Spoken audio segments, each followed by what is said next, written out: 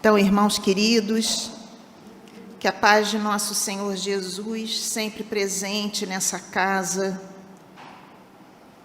possa nos sustentar nessa manhã, nos mantendo serenizados, que nos sintamos amparados pela equipe da Irmã Maria Angélica, que a cada um de nós cuida, ampara, inspira.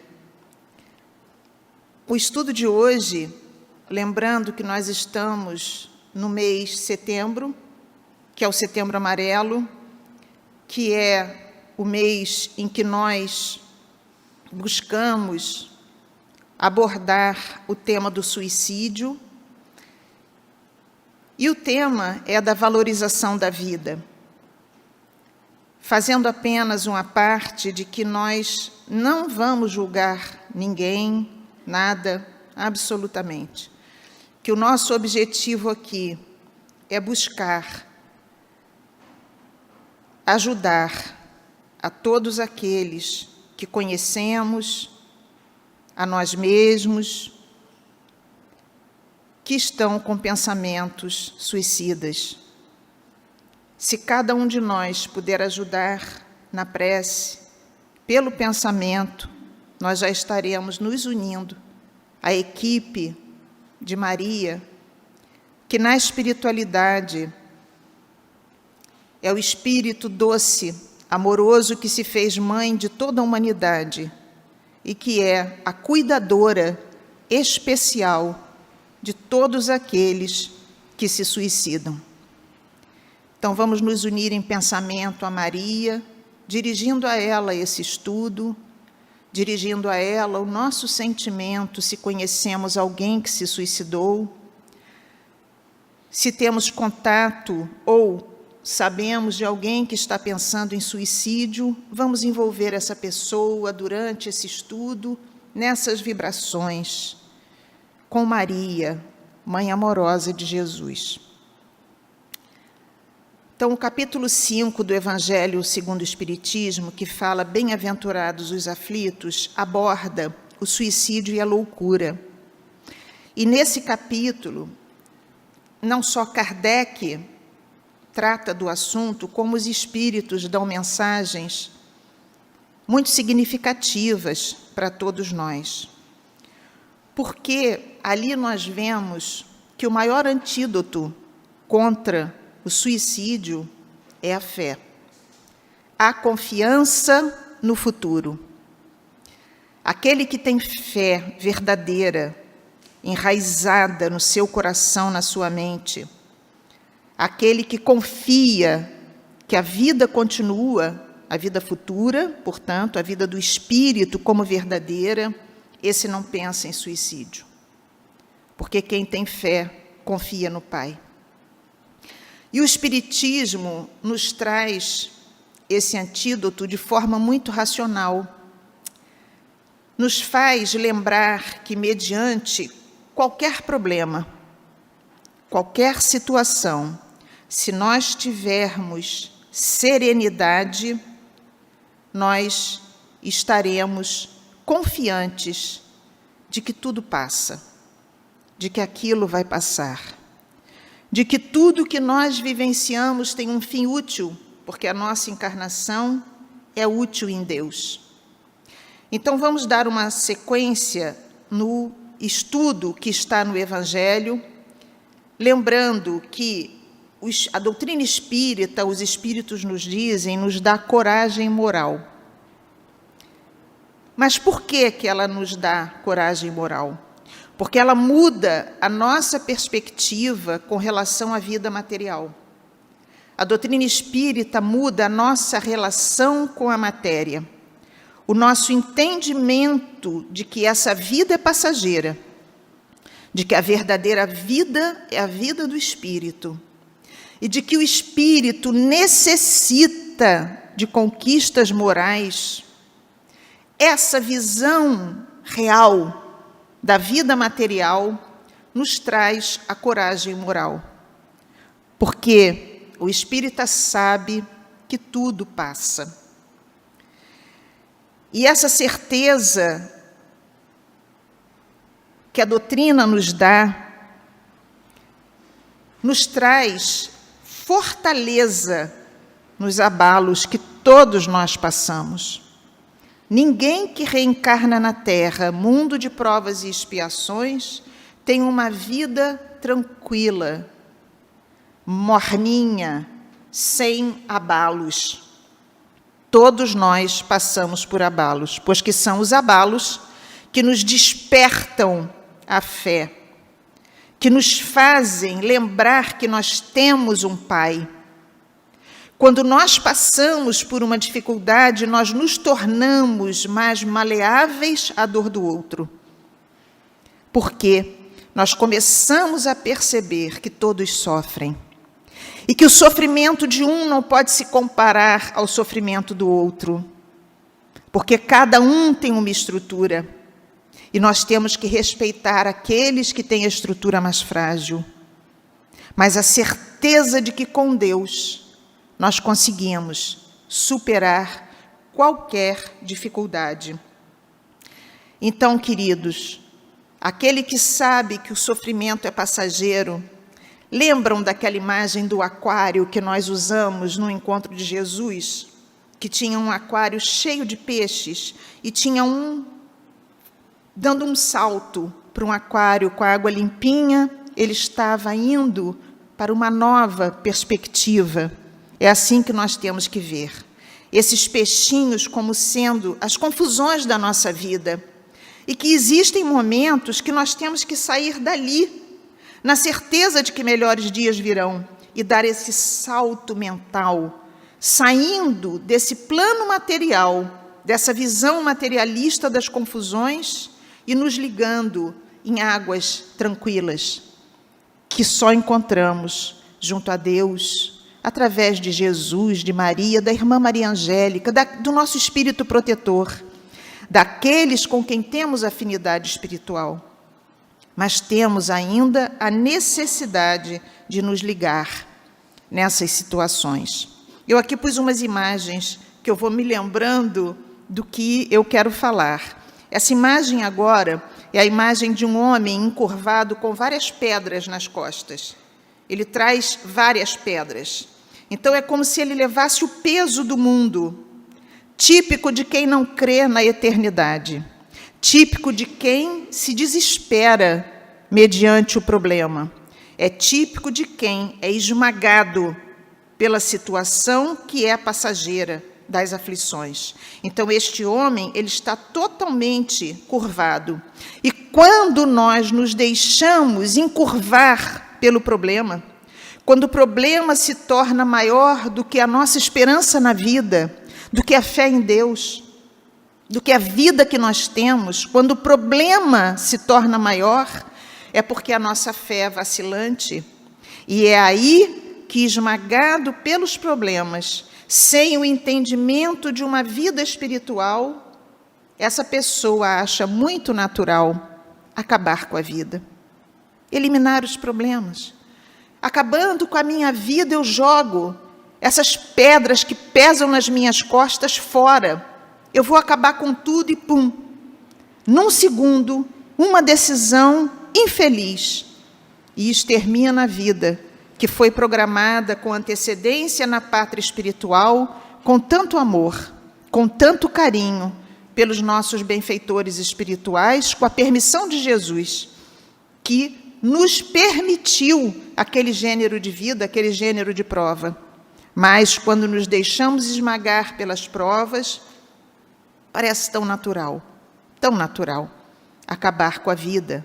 Quem tem fé em Deus, fé verdadeira, nunca se sente esmagado pelas provas, porque por mais difíceis sejam as provas, tem sempre a esperança, a fé, a prece, a certeza de que não está só, porque nenhum de nós está só, a começar pelo nosso espírito protetor, que está sempre conosco. Então, essa incredulidade, essa dúvida sobre o futuro gera ideias destruidoras em nossa alma. Mas o Espiritismo nos esclarece sobre a vida futura. E aqui eu tenho a série do Pentateuco, os 5 livros do Pentateuco, pelo esclarecimento que os Espíritos trouxeram, pela fé raciocinada que a doutrina desperta em nossos corações, a certeza de que há vida além da morte. Então, queridos, passando por uma segunda etapa do nosso estudo, vamos lembrar que a doutrina espírita traz o que nenhuma outra doutrina traz, que é a revelação dos próprios suicidas, que vêm nos contar das suas dores, dos seus dramas, de como está no livro do Evangelho segundo o Espiritismo, as suas desgraças. Eles vêm trazer para nós, revelando, por misericórdia de Deus que permite isso, as dores que eles enfrentam logo após aquele momento infeliz do suicídio. E isso a doutrina espírita traz, nos informando dessa situação desgraçada, como está no livro, que esses espíritos vivenciam. E então, queridos irmãos, passando agora para essa fase do estudo, em que nós vamos agora entrar um pouco mais fundo sobre o que se passa com o suicida.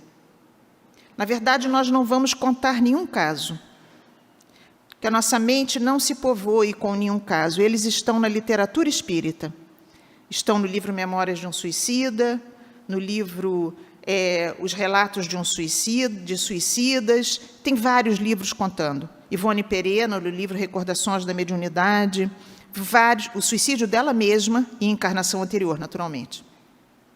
Então, nós temos isso relatado, mas nós vamos falar sobre esse processo. Primeiro, vamos lembrar o seguinte, que é muito importante. Qual é a diferença entre a morte natural? O que é a morte natural? A morte natural é aquela que foi programada na pátria espiritual, quando nós, cada um de nós, fez o seu programa reencarnatório junto ao seu espírito protetor, aquele que nos assumiu, e a vários benfeitores especializados em programas reencarnatórios. Então, a morte natural é essa que nós fizemos lá, com um prazo de validade. A pilha não tem prazo de validade? Nossa pilha também. Nós temos um prazo de validade, o qual nós assinamos embaixo, não importa a idade, nós assinamos embaixo. Neste programa reencarnatório, a morte pode ser tranquila, depende da nossa necessidade. Pode ser como uma vela que vai se apagando com a doença, a pessoa na cama, e aquela vela vai se apagando, a vida vai se extinguindo. Neste planejamento reencarnatório, nossa morte pode ser violenta. Nós não sabemos a nossa necessidade. E a morte violenta tem várias facetas. Ela pode ser num incêndio, ela pode ser num terremoto, ela pode ser num tsunami, ela pode ser numa bala perdida, que não existe. Quem tem fé em Deus sabe que não existe a morte por acaso. Se não foi uma busca da pessoa, suicídio, direto ou indireto, que depois a gente aborda, a morte é sempre natural. Está programada. Como é que se dá a morte natural? Nós sabemos que o espírito, que é o princípio inteligente, é o foco de tudo. E o espírito tem um corpo espiritual que se apresenta na espiritualidade, que é o perispírito. E o perispírito está ligado ao corpo molécula a molécula. Antes de nós reencarnarmos, nosso perispírito, eu vou falar de uma forma didática, assim, só para a gente conduzir o pensamento. É como se o perispírito fosse embebido de um fluido chamado vital. O fluido vital só serve para a gente reencarnar. Ele não existe na parte espiritual. No mundo espiritual não existe. Ele é um fluido que dá vitalidade às células, aos órgãos, ao nosso organismo físico. Também as plantas têm fluido, mas é diferente. O nosso é um fluido animal, ok? Hominal, é para a gente mesmo, não é o do animal, é diferente, mas é um fluido animalizado. O nosso perispírito, vamos imaginar assim de uma forma bem tosca, que no nosso programa, nosso perispírito tem um balde lá com cola, nosso perispírito o nosso benfeitor pega um pincel e embebe aquilo com uma cola, porque o fluido vital tem essa função. Ele faz uma cola entre o perispírito e o corpo. Cada um de nós tem uma quantidade de fluido específica. Vamos pensar num carro, o tanque. Tem tanque que tem combustível, tem tanque de... Vamos imaginar também, sei lá se tem isso, tá? Mas tanque com 30 litros, tanque com 40 litros, tanque com 100 litros. Cada um de nós tem a quantidade necessária para levar o nosso período reencarnatório programado. Cada um de nós tem. O que acontece? Quando vem o momento programado da nossa desencarnação, essas ligações do perispírito, que se dão principalmente pelos centros de força, elas são desenlaçadas, por isso se chama desenlace. Vamos imaginar um lacinho de fita? Vamos imaginar na nossa mente um lacinho de fita, vários lacinhos de fita nos centros de força. Então, na morte natural, a programada, seja ela como for, violenta, não importa, há um desenlace, chega lá e solta o lacinho, começa pelos pés, tá, gente? Vai lá de baixo, começa a soltar os lacinhos, o último é o daqui, do centro coronário, é a última ligação do nosso espírito, perispírito com o nosso corpo. É um desenlace, No suicídio, não existe desenlace. Não estava programada aquela morte. O que acontece? Vamos imaginar um cabo que passa energia, vários fios condutores de energia. Está cheio de energia. É assim. Ainda havia energia ali para viver. E aí a pessoa chega com um machado. Eu estou inventando só para a gente visualizar o que é. A pessoa chega com um machado e pum, naquele fio. O que acontece? Aquele cabo se descontrola, não é verdade? Ele fica... A gente já viu isso até na televisão, em filmes, e aqui fica tudo doido, né? É assim, não há desenlace, há rompimento dos laços. Rompimento. Este rompimento gera desequilíbrio. E aí nós vamos explicar um pouquinho melhor isso. Lembrando que aqui nós estamos falando do suicídio direto, mas existe o suicídio indireto. O André Luiz, que lá no Nosso Lar a gente lê as torturas que ele passou, ele não foi um suicida direto, mas foi indireto. Ele abusou da saúde dele, o que pôde. Ele não podia fazer e fazia. E ele ficou 8 anos em sofrimento, porque isso é mental, mas ele tinha uma carga energética, que isso é verdadeiro. Há uma carga ali energética que ele ainda portava. Então, vamos lá ver. Então, esse suicida, direto, ele causou esse traumatismo perispiritual. Por quê? Esse rompimento dos laços cria um trauma inimaginável para quem está encarnado. Inimaginável. Porque o espírito, ele entra num processo de não conseguir refletir. É como se ele não raciocina.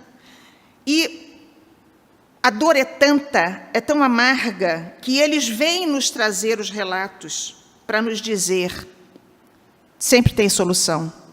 Nunca pense em suicídio. Ajude aquele que está ao seu lado pensando. Por quê?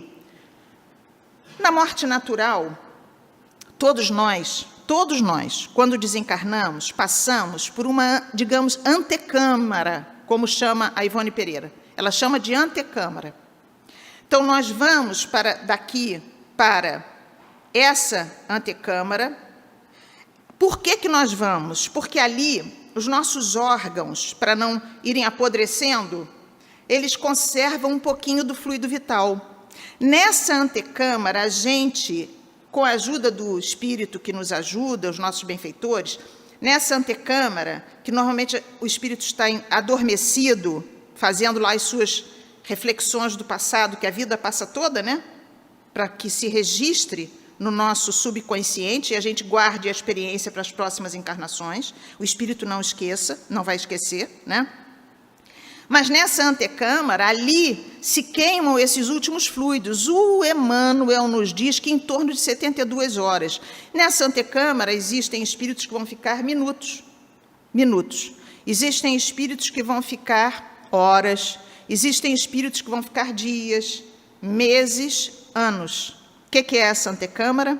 É esse momento do despreendimento em que o espírito está acolhido, mas ainda não se encaminhou para a espiritualidade. Ainda não foi para a colônia, onde ele se encaminhará naturalmente de acordo com a sua afinidade. O que difere aqui, que a Ivone Pereira, aliás, Leon Denis deu toda essa explicação, porque ele fez a parte didática do livro Memórias de um Suicida. O que está escrito no livro Memórias de um Suicida? Que tudo depende do tipo de vida que a pessoa teve, como foi o seu comportamento ético, moral, como foi a sua relação com o mundo, como foi o seu estado mental durante a sua vida, o que ele fez de bom. Dependendo da vida que esse espírito teve, dependendo do gênero de morte, suicídio indireto, desgosto, tanta coisa, dependendo desse estilo de vida, do desespero que muitas vezes a pessoa tem. A pessoa foi ótima, maravilhosa, mas na hora de desencarnar ela se apega à família, se apega aos parentes, se apega ao trabalho, se apega ao que está construindo na casa espírita. Ela se apega. Então, é um gênero de morte, em que estava tudo bem para ela ser acolhida, bem acolhida na espiritualidade, mas ela se apegou. Gênero da morte. Ok? Então, esse tipo de vida que a pessoa teve, o gênero de morte que ela teve, vão determinar esse período.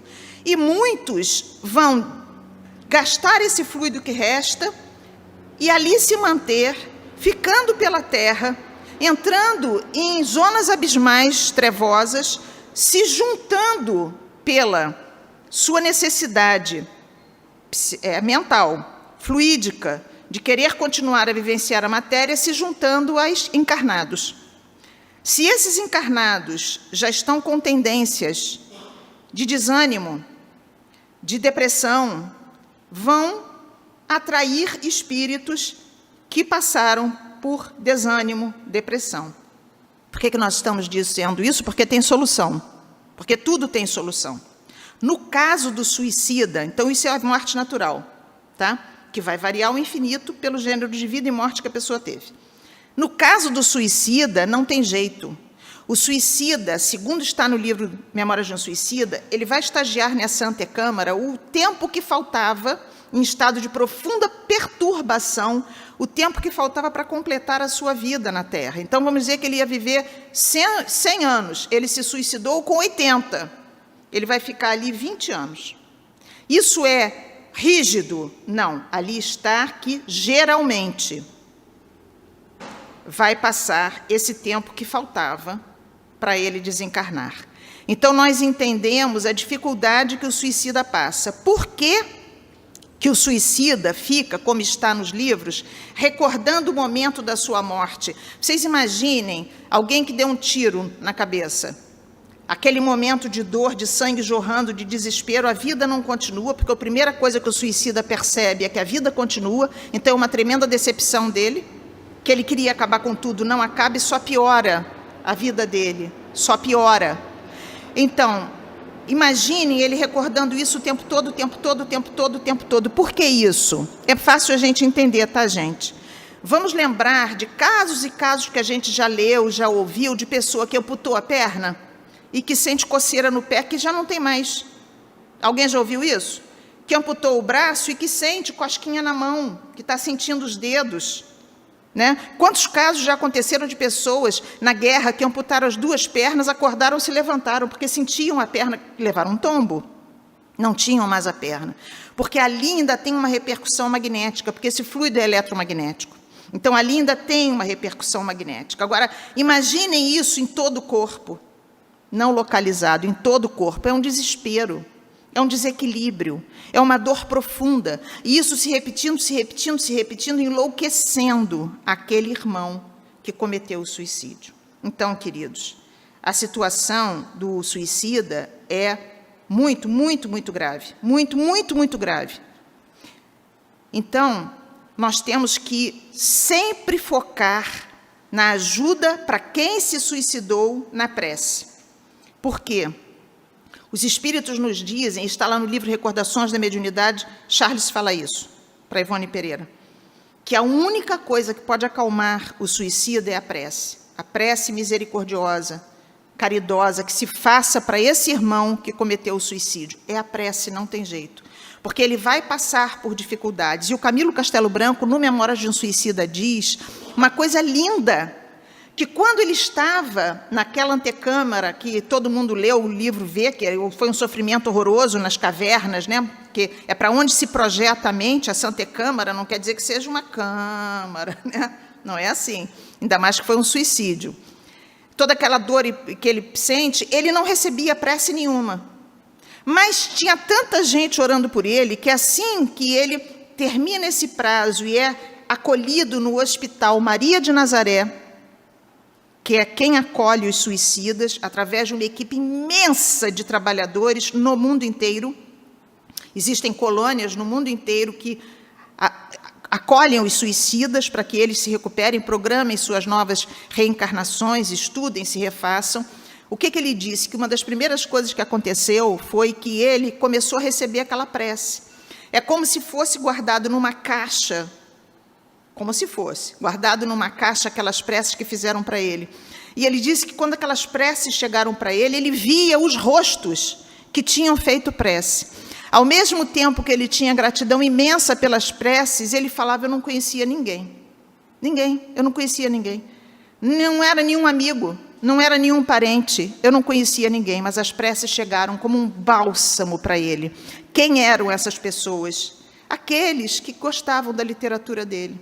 Aqueles irmãos caridosos, espíritas, inclusive, que tinham lido ou leram que ele desencarnou, se matou, e que fizeram prece. E as preces chegaram como um bálsamo para ele. Então, amigos, a importância aí de nós sabermos que a prece nunca está perdida. E um dos casos, nós não vamos contar o caso, mas é interessante no livro Recordações da Mediunidade, que Ivone Pereira conta, uma das desencarnações dela, ela era filha de Charles, que agora, né, enquanto ela foi, Ivone Pereira foi um dos benfeitores dela. Ela conta que no suicídio dela, o que feria ela era ver o pai chorando, desesperado de dor. E ele era espírita, Charles era espírita.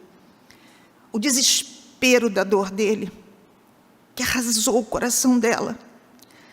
E ele, Charles, dizia, e ela ouvia, quando o corpo é resgatado do rio, ela ouvia ele falando: minha filha, porque era o pensamento dele.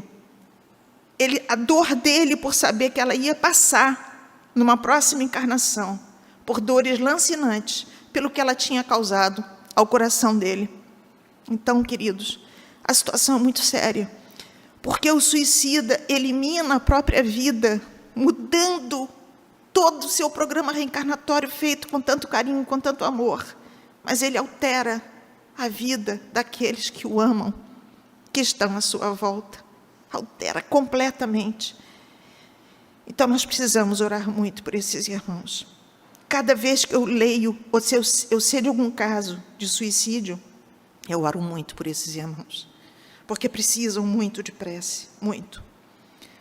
Então, a bênção da doutrina, onde nós temos a certeza de que, abreviando os dias da nossa existência, nós não vamos abreviar as nossas dores, nós só vamos aumentá-las. Então, isso, aquele que espera se libertar vai se algemar. Então, isso nós temos que não guardar para a gente, mas falar, levar a público, esclarecer àqueles que estão em desespero.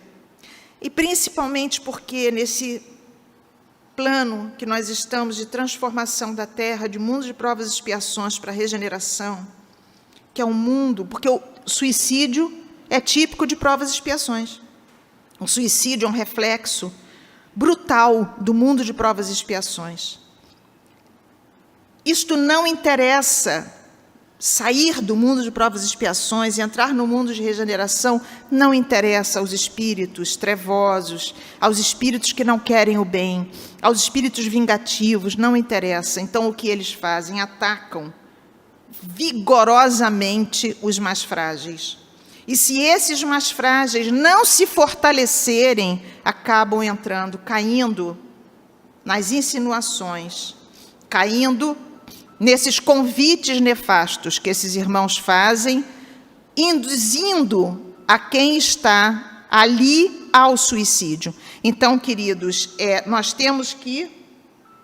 Desculpem, eu achei que eu tinha desligado o celular, desculpem. Então, induzindo esses irmãos ao suicídio. E hoje, vocês sabem que faixa etária tem a 4ª maior causa de morte no Brasil? Dos 15 aos 29 anos. Dos 15 aos 29 anos, o suicídio é a 4ª causa de morte entre esses jovens. 15 a 19 anos. Isso é para nós estarmos muito atentos. Muito atentos. Cerca de 12 mil pessoas se matam no Brasil por ano. Isso é um dado que provavelmente já está, que é o último dado da OMS, porém, 800 mil no mundo por ano. Mas esse dado provavelmente, ano a ano, vai aumentando, já aumentou. Então, queridos, hoje nós temos uma situação muito punk de depressão no mundo. A depressão tem que ser tratada. A pessoa com depressão tem que ser acolhida. A pessoa que tem pânico tem que ser tratada e acolhida. Não adianta julgar, não adianta se irritar com a pessoa, porque ela precisa de ajuda, de socorro. E nós temos que estender mãos amigas. E para esses jovens, evangelização no lar, em qualquer área religiosa que a pessoa seja adepta. Levar Jesus, Deus, ao coração da criança e do jovem. Criar uma criança e um jovem sem Deus é o maior perigo que nós podemos, hoje, cometer com relação a essa criança e esse jovem. Evangelização. E cabe aos responsáveis, sejam os pais, tios, padrinhos, avós, quem for responsável por essa criança, cabe aos responsáveis essa questão de evangelizar essa criança. Muito cuidado com a criação sem Deus. Muito cuidado, muito cuidado. Quantas vezes eu ouvi pessoas falando: meu filho vai escolher a religião que ele quiser. E não criam os filhos com religião. E essa criança cresce sem religiosidade. Isso é um erro. E é um compromisso que esses responsáveis estão assumindo perante Deus. Porque nós temos obrigação de dar a essa criança o mínimo para que ela se fortaleça com uma religião, seja ela qual for. Toda religião visa o bem. Nós não estamos falando de seitas esquisitas, religião, que faz a nossa ligação com o Pai. E jamais julgar um jovem, uma criança, um adulto, jamais julgar. Nós tivemos um caso de um menino que estava pensando em suicídio. Fortemente, ele não se abria com os pais de maneira alguma, porque os pais eram muito rígidos. Esse menino era homossexual, tinha 14 anos de idade. E começou a pensar em suicídio e a falar para os pais que ia se suicidar. 14 anos de idade. Infelizmente, perdemos o contato, não temos ideia do que aconteceu com ele. Mas eu queria dizer para vocês que tem um filme chamado Orações para Bob. Não sei se vocês já viram, um filme de 2009, que fala exatamente isso. É um rapaz que fala para os pais que é gay, e os pais não aceitam de maneira alguma, não aceitam.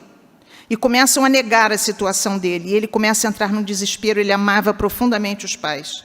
E ele acaba se suicidando. Isso é um filme baseado num caso real. Ele acaba se suicidando. Então, a questão fica, o que é pior? Porque para os pais, muitas vezes, é um choque.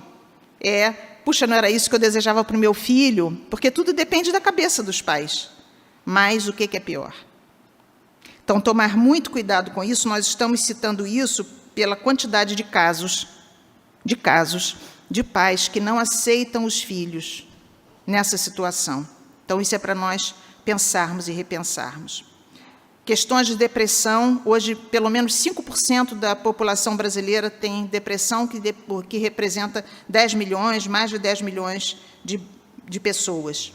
Muita atenção. Depressão tem que ser tratada com psiquiatra, com psicólogo, com medicamento, com religião. São os dois tratamentos, tratamento espiritual, tratamento médico. Mas tem solução, tem solução. Precisa-se buscar ajuda médica. Existe o CVV, que é 188, que é para uma situação de ajuda imediata. Nunca esquecer esse número, gente. 188, para quem estiver precisando de ajuda. Se a pessoa está com problemas, se afasta daquilo que te causa nervoso, que te causa desequilíbrio. Busca ajuda, mas busca se ajudar. Vê coisas boas, assiste coisas boas, boa música.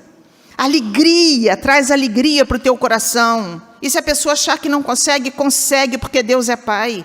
Mas a pessoa está mal, e ela, ao invés de se ajudar, ela busca se prejudicar, fica vendo na televisão notícias de crimes, de coisas que só incomodam a ela. Para quê? Para quê? Essa pessoa está doente, ela precisa de paz, ela precisa de tranquilidade. Então, isso é muito importante, nós ajudarmos, não é? E alerta os sinais. Jovens que se trancam no quarto, que estão dormindo muito mais do que dormiam, que estão desanimados, falando de suicídio, escrevendo sobre suicídio. Em alguns casos, a situação já está muito grave. E nós atendemos, o Centro Espírita Maria Angélica atende no mundo inteiro, pessoas que estejam pensando em se suicidar. Porque nós temos o atendimento presencial na Barra e no Recreio, mas nós temos atendimento online. Nós atendemos, se for em Tóquio, nós atendemos em qualquer lugar do mundo, num atendimento online, que ajuda, que muitas vezes vai salvar aquela pessoa em desespero. Ajudem, divulguem, e não tenham vergonha de falar da doutrina espírita. Não é ficar fazendo preleções sobre a bênção da doutrina espírita, não é falar do socorro que a casa espírita, que a doutrina espírita pode dar a essas pessoas. Hoje em dia tem as questões de conflitos familiares. Gente, prestem atenção. Cada um sempre na vida vai ter um time de futebol que ama, o outro detesta. Um partido político que adora, o outro detesta. Um gênero de vida que adora, o outro detesta. O que é tudo isso mediante a brevidade da vida? O que é tudo isso mediante o convite de Jesus para nos amarmos e nos perdoarmos? Cada um tem que respeitar o direito do outro de ser o que deseja ser, o que pretende ser, o que acha que é certo ser. E nós podemos nos dar bem com todos. Não importa o que a pessoa pense, como ela haja, nós temos que lembrar de Jesus, o que Jesus faria, como no nosso encontro de anos atrás. O que Jesus faria? Nós somos cristãos, nós estamos aqui para exercitar o que nós aprendemos. E, finalmente, queridos, entrando nos últimos minutinhos da nossa palestra, nós vamos ler uma mensagem de Emmanuel, chamada O Auxílio Virá. O problema que te preocupa, talvez te pareça excessivamente amargo ao coração, e tão amargo que talvez não possas comentá-lo de pronto. Às vezes, a sombra interior é tamanha que tens a ideia de haver perdido o próprio rumo. Entretanto, não esmoreças. Abraça o dever que a vida te assinala, serve e ora. A prece te renovará energias e o trabalho te auxiliará. Faze silêncio e não te queixes. Alegra-te e espera, porque o céu te socorrerá, por meios que desconheces. Deus permanece agindo. Emmanuel, psicografia de Francisco Cândido Xavier. Que nessa manhã, todos os irmãos aqui presentes, desencarnados, possam ter refletido, que as energias que cada um emitiu a Maria possa ser levada a esses irmãos que estão em desespero, renovando-lhes as esperanças. É que cada um de nós assuma o seu compromisso perante a vida, de estender mão amiga àquele que se encontra fragilizado. Que a paz de Jesus permaneça em nossos corações.